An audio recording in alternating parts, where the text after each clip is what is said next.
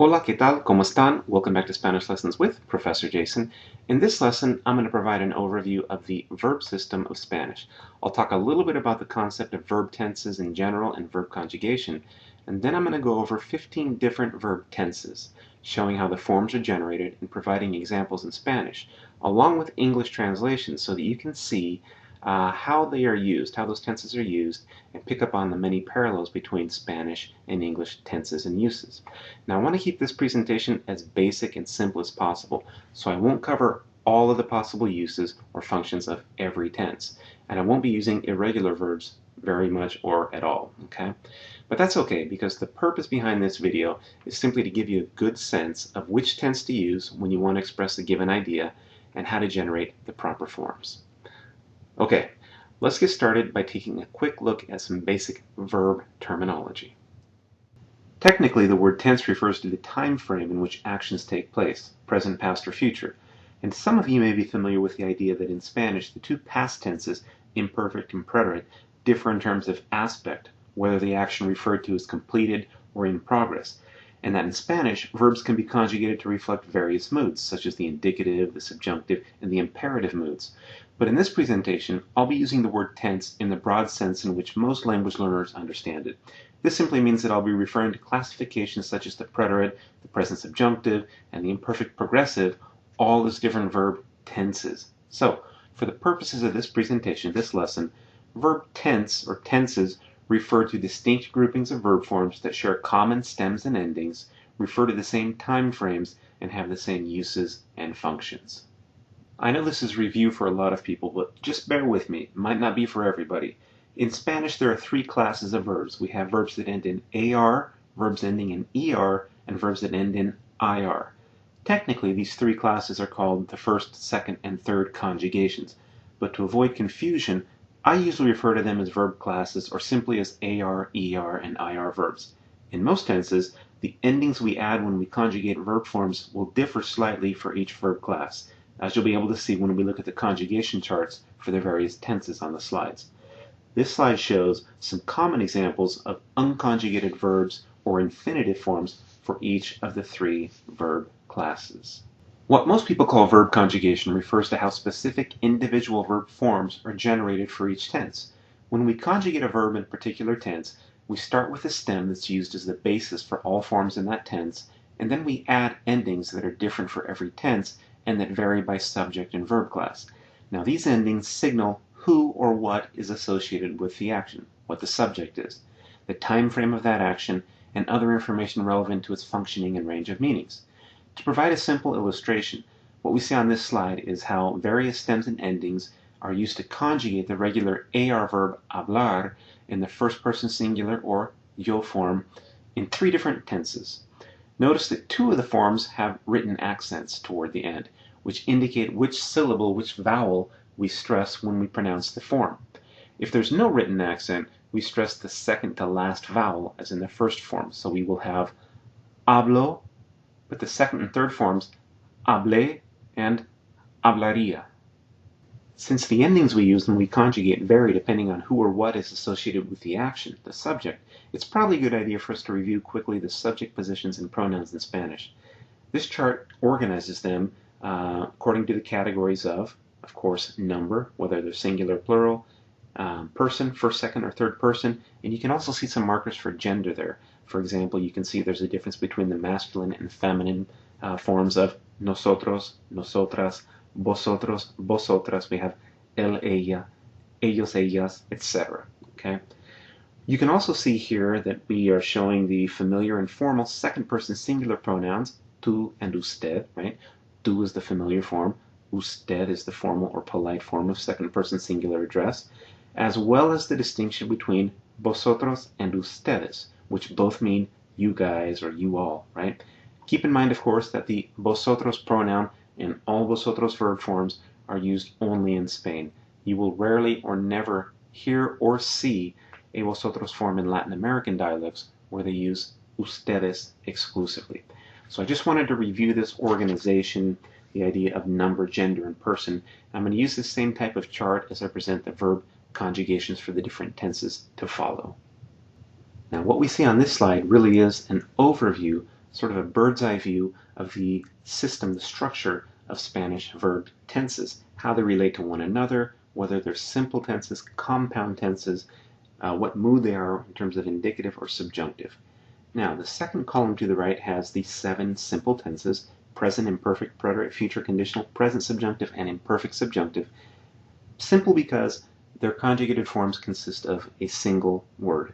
Right next to that, we have the perfect tenses, in which we have the conjugated form consisting of two parts, right? The verb haber, which can be conjugated, reflect different time frames, and which is combined with the hado or ido, the past participles, okay? And then finally, in that final column to the right, we have the progressive tenses, which use as their auxiliary verb estar, conjugate estar in different tenses. Here I have the present perfect and the imperfect tenses, or progressives, and that is combined with the present participle, or the progressive form, which ends in ando and yendo. Okay? Now, another column could be added to the chart, since technically it's possible to combine the perfect and progressive tenses to say, for example, that somebody has been doing something, had been doing something, or would have been doing something, etc.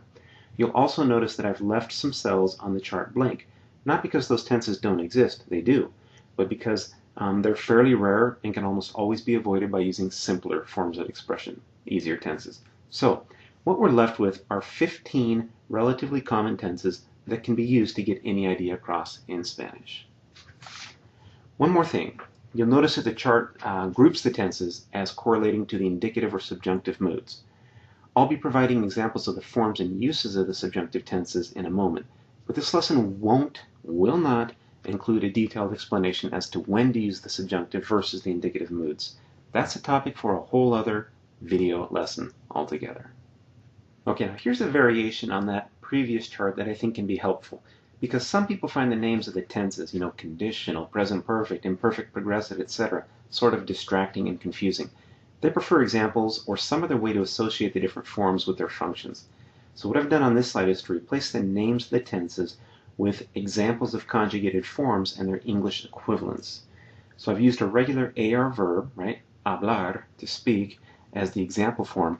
I've gone ahead and conjugated each cell in the first person singular, yo, or I form.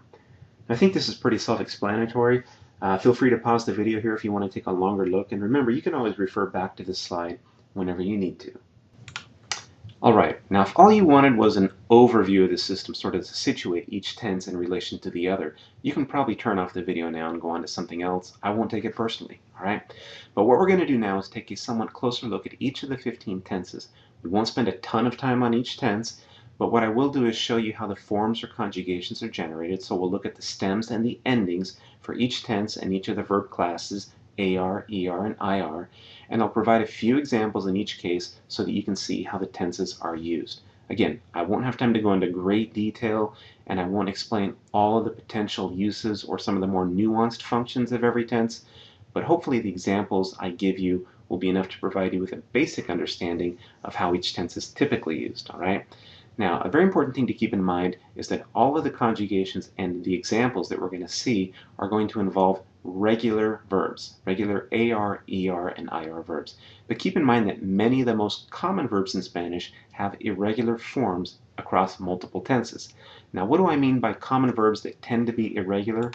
Let me show you here with the old whiteboard, right? With the whiteboard, see if I can get that in focus, okay? This is what I mean by common verbs that tend to be irregular. I call this my irregular verb watch list. These verbs we need to be a little bit careful of as we use them. We have to screen them for potential irregularities.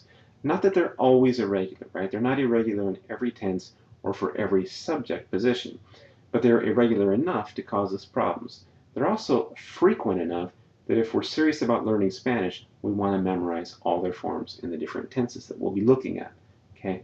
Now, obviously, right? Obviously, that was not a comprehensive list of all the irregular verbs in Spanish, right? But those are so frequent that it's worth emphasizing them so that you can dedicate some practice to them and study later. Okay? All right. Having said that about irregular verbs, let's go on to look at the regular verbs. The first tense we're going to look at is the present tense. Let's take a moment to break down this slide a little, since I'll be using the same format for each of the next simple tenses as well. I'll use the same three verbs, hablar, comer, and vivir, to speak, to eat, and to live, as examples of how to generate the forms for each tense. These are common regular verbs, so they're good model verbs in terms of memorizing the forms.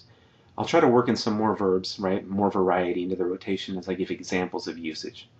Also, each slide to come clearly will show the stems and endings that are combined to generate the correct forms. You'll be able to see this because they'll be in different colors, as you can see on this slide.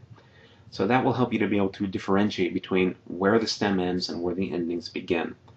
And a final thing to keep in mind is the reminder about pronunciation.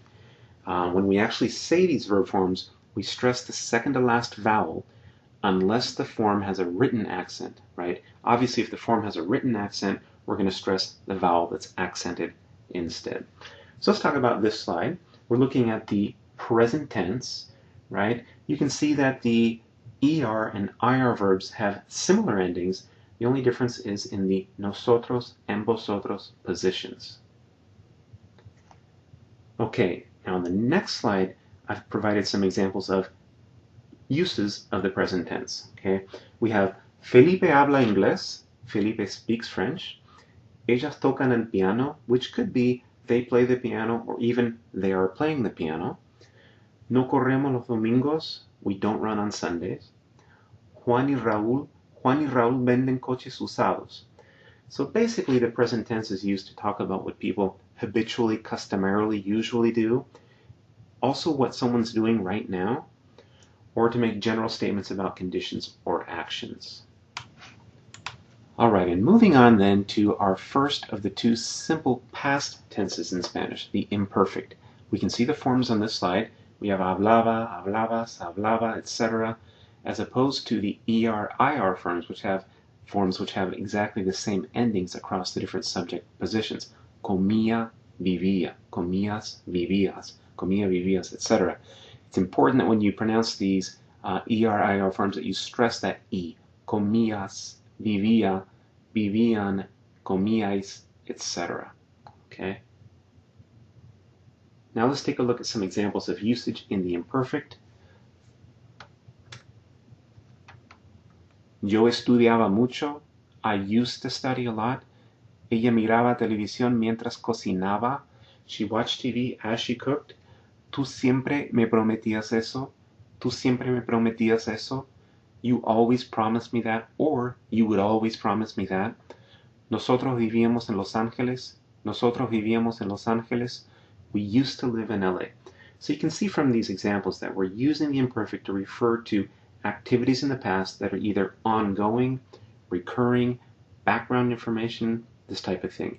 Sort of corresponds to the English phrases used to, would always, or to say that somebody was or were, that people were doing things in the past. The emphasis is on the incompleted or the in progress, ongoing nature of the verb in question.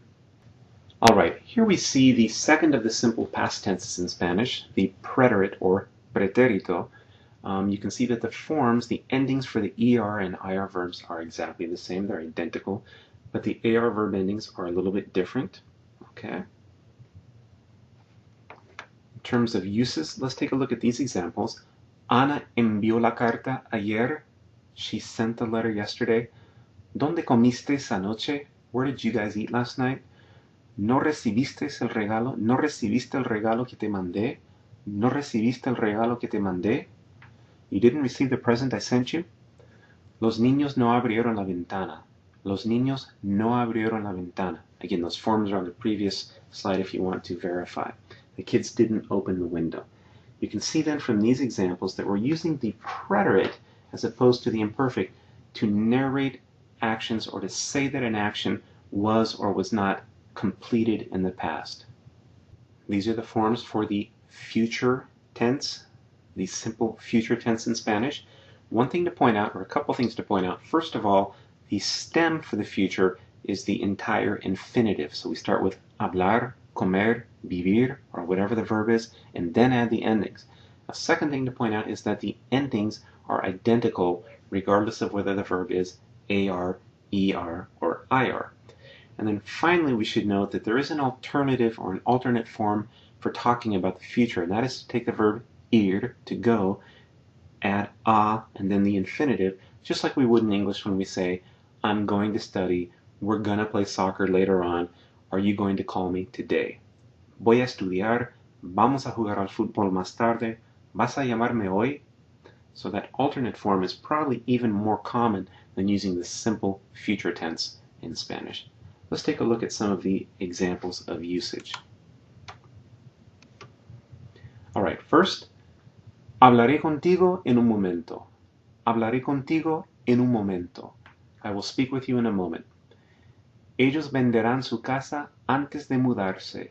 Ellos venderán su casa antes de mudarse. They will sell their house before moving. ¿A qué escuela asistiremos en San José? ¿A qué escuela asistiremos en San José? So what school will we attend in San José? Nothing confusing or mysterious about this tense. It's just used to express what people will do in the future. Okay, as with the future, with the conditional, which is used to say what people would do, we have the same couple of things to point out. First, we use the entire stem, or the entire infinitive, I should say, as the stem, hablar, comer, vivir, or whatever the verb is, and then we add the endings, which, second thing to point out, are the same for AR, ER, and IR verbs. And maybe a third thing to point out is that these endings are the same as the ER, IR endings in the imperfect, right? That ia, ias, ia ending. Now, in terms of examples of use, let's take a quick look. Yo que tú no compraría esa camisa, meaning, if I were you, I would not buy that shirt. ¿Usted me escribiría una carta de recomendación? ¿Usted me escribiría una carta de recomendación? Would you write me a letter of recommendation? And finally, ellos aprenderían español si tuvieran tiempo. Ellos aprenderían español si tuvieran tiempo. They would learn Spanish if they had time. A couple things to point out with the uses then. Of course, the conditional is the tense we use when we want to say what people would do, could do, should do, mostly would, right? But in that final example, they would learn Spanish if they had more time. We're using the conditional in the then clause, right? In the then clause of an if-then statement that's about the present, but expresses the if clause is something that's contrary to fact or hypothetical. If they had time, which they don't, they would learn Spanish. That part, the then clause, they would learn, is in the conditional. So it's a combination of the conditional and the past subjunctive, which we'll get to in a moment. And here we have the first appearance of a subjunctive tense. Okay, like I said before, not going to go into a huge amount of detail in terms of when or why we use the subjunctive. Let's focus on the forms here, right? One thing to point out that might be obvious is that you have something curious going on here. The AR verbs seem to have endings that would be more suited to an ER, IR type of verb, whereas the ER and IR verbs have sort of those same opposite vowel types of endings, right? Instead of come or como, it's coma, comas, or instead of vive, vives, we have vivas, viva. So that's how we get the forms, and I have other videos that address the forms of the present subjunctive that you can look at. Now, in terms of use, I'll just show you some examples, right? First, quiero que tú bailes en el festival. I want you to dance in the festival. ¿Tú esperas que Raúl venda su coche? ¿Esperas que Raúl venda su coche? Do you expect Raúl to sell his car? Ellos necesitan que nosotros lo decidamos pronto. Ellos necesitan que nosotros lo decidamos pronto. And I've underlined the verb in the subjunctive. They need us to decide on it soon. Es importante que tú comprendas esto. Es importante que tú comprendas esto. So again, whereas the indicative would be comprendes, ¿me comprendes? The subjunctive is comprendas. Es importante que comprendas esto. It is important that you understand this. So just quickly, at least in the first three examples, we can see sort of a structural thing that pertains to the subjunctive. We have sentences that are complex, that have two clauses, a main clause and a dependent clause. The verb in the main clause, quiero, esperas, necesitan, es, right, is in the present tense, but it's a type of verb, or it's in a type of clause that requires that the verb in the next clause be in the subjunctive. And since that verb is in the present tense, The subjunctive is going to be the present subjunctive. On to the past subjunctive, which some people call the imperfect subjunctive. We can see the forms here. You can see the stem. You can also see the endings. Notice that the endings for the ER and IR past subjunctive forms are the same, but we have different endings for the AR verbs. Probably used to that by now. Notice also that there are alternate endings. So instead of saying hablara, hablaras, hablara, in some places some speakers will say hablase, hablases, hablase, hablásemos, or comiese, comieses, comiésemos, instead of comiera, comieras, comiera. Again, the same types of rules for stress and accents apply here. We're only stressing usually the second to last syllable. Hablara, comiera, viviera, comieran, vivieran, hablaran, unless the vowel has a written accent. Comiéramos, viviéramos, habláramos, hablásemos, etc. So notice where those stresses fall. Now in terms of usage, we're going to look at some examples of the past subjunctive. Okay. First, yo quería que tú bailaras en el festival. What I've taken is just some of those examples from the previous slide on the present subjunctive, put them in the past. Yo quería que tú bailaras en el festival. I wanted you to dance in the festival. ¿Tú esperabas que Raúl vendiera su coche? Did you expect Raúl to sell his car? Not do you, but did you? ¿Tú esperabas que Raúl vendiera su coche? Ellos necesitaban que nosotros lo decidiéramos rápidamente. Necesitaban que nosotros lo decidiéramos rápidamente. They needed us to decide on it quickly. Era importante instead of es importante. Era importante que tú comprendieras eso. It was important. It was important for you to understand that. So what we can see is our verb in the main clause now is not in the present, but is in a past tense, in these cases in the imperfect, right? And so that means that our verb in the dependent clause, which needs to be in the subjunctive because of the type of meaning being communicated here, has to be in the past or imperfect subjunctive as well. It's just that idea of parallelism. What we're looking at now is the first of the compound perfect tenses, that group of tenses that combines a conjugated form of the auxiliary verb haber, notice I don't pronounce the H, haber, and the ado or ido past participle forms depending on whether it's an AR or ER-IR verb. These tenses are used when we want to emphasize that an action in the past was completed relative to another point in time. With this tense and the rest of the perfect tenses I'll be presenting on the next few slides, the verb haber is conjugated to reflect the time frame we want to refer to, and so that's what determines the names of the tenses. So for example, on this slide we see we're talking about the present perfect. That's because haber is conjugated in the present. For the past perfect, haber is conjugated in the past. Future perfect conjugates haber in the future, etc. Okay? The conjugated form of haber then is paired with the past participle form of the main verb, which is the same as you can see from this slide, right? We have hablado all the way down from yo to ellos, comido, vivido, run all the way down the subject position line vertically. Now you're definitely going to want to commit all of the forms of haber to memory, especially those on this side and on the side for the past perfect tense, because these two tenses, present and past perfect, are fairly common in Spanish, if not very common, just as common as they are in English. In fact, with the perfect tenses, they're pretty easy. I find they're easy. Students find they're easy because their usage tends to parallel usage in English. All right, so let's take a look at this particular tense here, the present perfect. You can see that we have the present indicative forms of haber, has, ha, hemos, habéis, han, without pronouncing the H at all, and then the past participle forms, hablado, comido, vivido. How about uses? On the next slide. ¿Has estudiado este material? Have you studied this material? The sense is, have you already studied? Have you studied this material yet? Have you studied it before? Right? ¿Has estudiado este material? Or, mis padres todavía no han comido. Mis padres todavía no han comido. My parents haven't or have not eaten yet. El acusado no ha admitido su papel en el crimen. El acusado no ha admitido su papel en el crimen. He has not, the defendant, has not admitted his role in the crime. So we're using the present perfect to express the idea that an action either has or has not, or people have or have not done something relative to, in the past, relative to the current moment, right? Have you done something yet? No, I have not done that yet. We use this all the time in English, and the parallel with English usage is pretty much perfect in Spanish. These then are the forms for the past perfect, sometimes called the pluperfect in Spanish. What we're doing is we're conjugating the auxiliary verb haber in the imperfect. In this tense, it happens to be regular. Había, habías, había, habíamos, habíais, habían. And then combining that with our same past perfect hado, ido forms.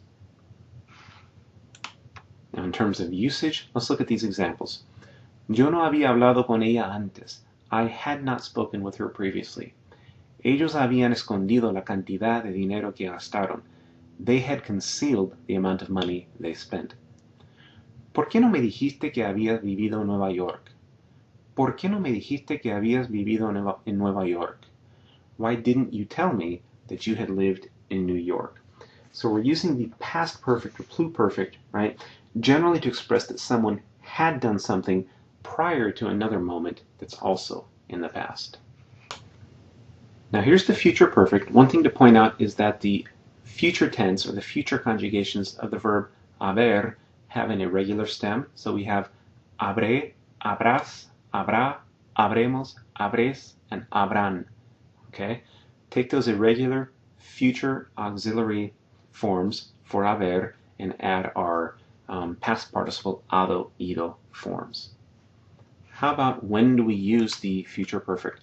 Well, this is not difficult at all.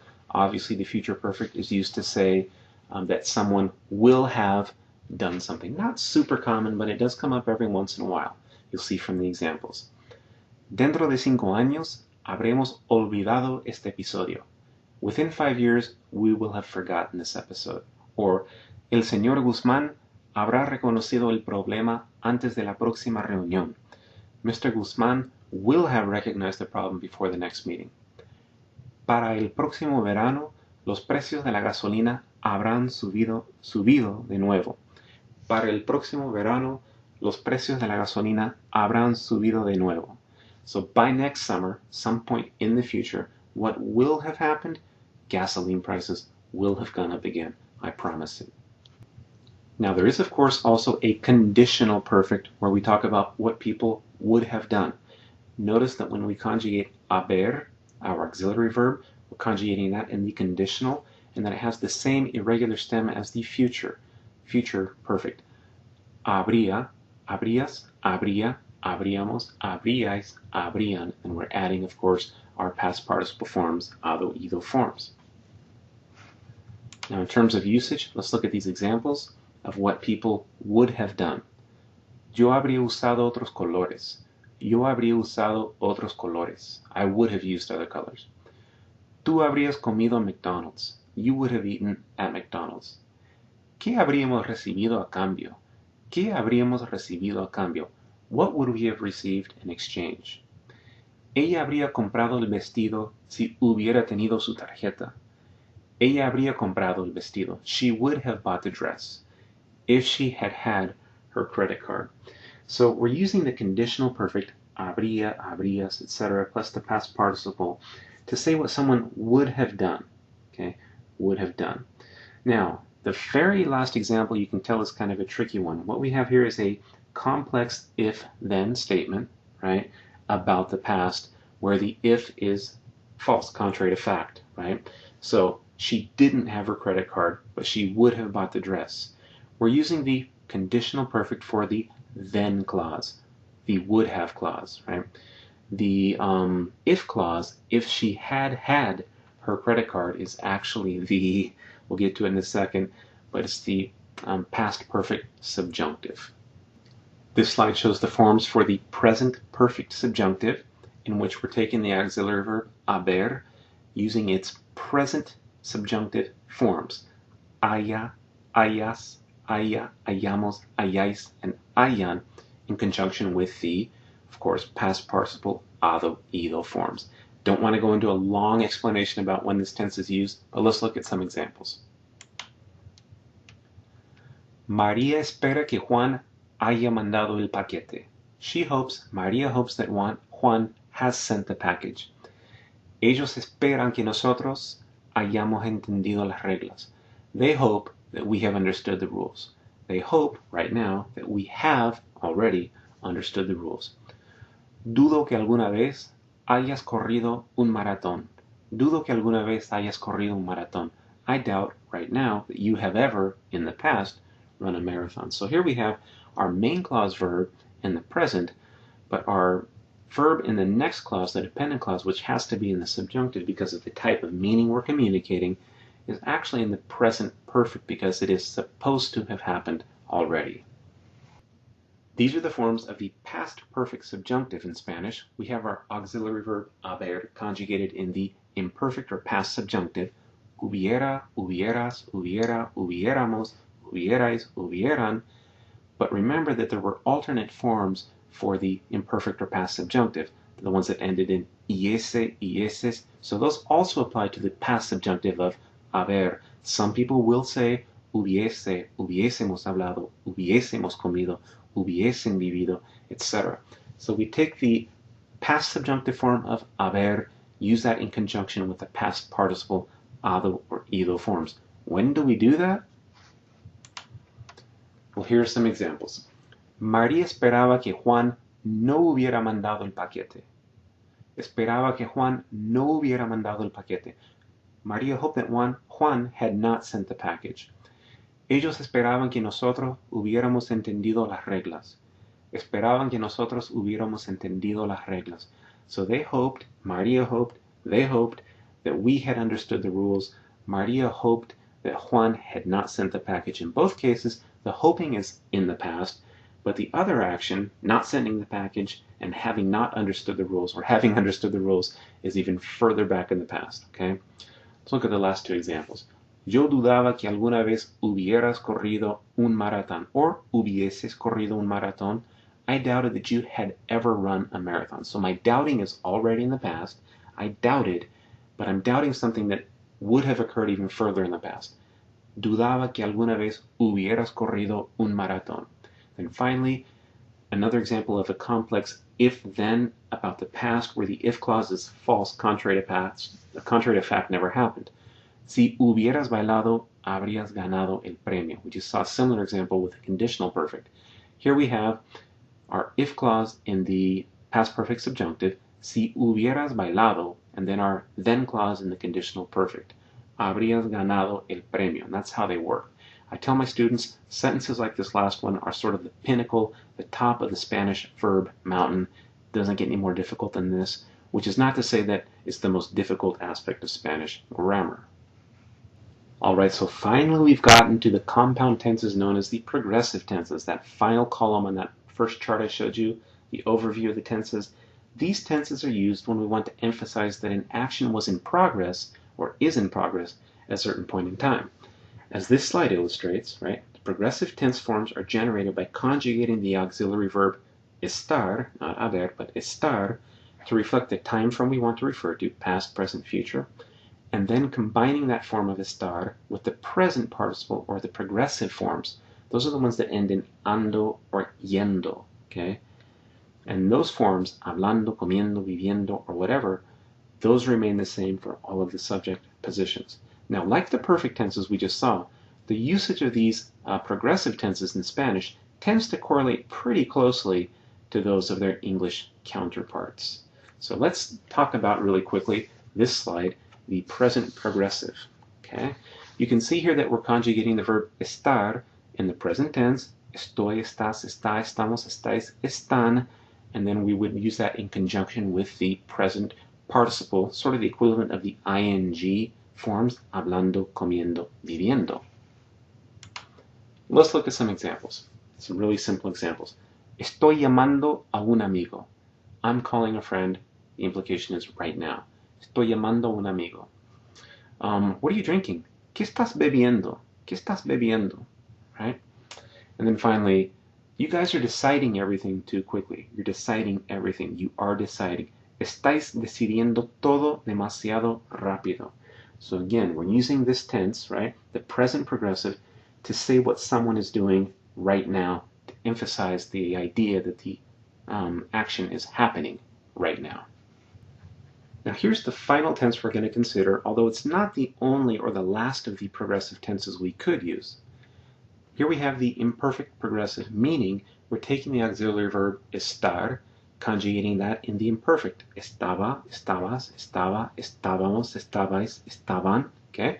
And then we're using that in conjunction with the present participle or progressive forms. Hablando, comiendo, viviendo, or whatever that form would be for the verb we want to use, okay? When do we use this? Let's look at some examples again to illustrate. Have 4 straightforward examples here. I was painting the walls. Yo estaba pintando las paredes. Estaba pintando las paredes. She was helping me, right? Ella me estaba ayudando. Ella me estaba ayudando. Were you eating when I called you? ¿Estabas comiendo cuando te llamé? Here at the end we have a preterite form. ¿Estabas comiendo cuando te llamé? Were you eating when I called you? It was late and everyone was leaving, was in the process of leaving. Todos estaban saliendo. Era tarde y todos estaban saliendo. So again, this just emphasizes that something was happening, the idea that the action was happening, and it's a past action, okay? A lot of the times when you want to use the imperfect progressive, when you're thinking in your mind, I was doing something, she was doing something, we were doing something. In Spanish, you can actually just use the simple imperfect. So we could rephrase these, right? Yo pintaba las paredes. Ella me ayudaba. We could, but we don't have to. All right, well that concludes my overview of the Spanish verb system and guide to the 15 most frequently used tenses. I know it's been a really long lesson. Thanks for hanging in there with me. I hope you found it to be helpful and informative. As always, I welcome your questions, comments, and suggestions, so please take a moment, leave me a comment, and let me know what you thought about this video lesson. I really like getting feedback from my viewers. Now, if you like this video, I hope you'll check out my other video lessons on topics, various topics in Spanish and Portuguese here. You can also find more content on my website, especially content in Spanish. It's professorjason.com. Also, make sure to join my Facebook community because I have a lot of daily, weekly updates. We have a lot of good conversations, and that's facebook.com/ProfessorJason. All right. You can also follow me on Twitter. My feed is Professor_Jason. Thanks again for watching. This has been Professor Jason, your guide to Spanish online, and I'll see you at the next lesson. Hasta pronto. Ciao.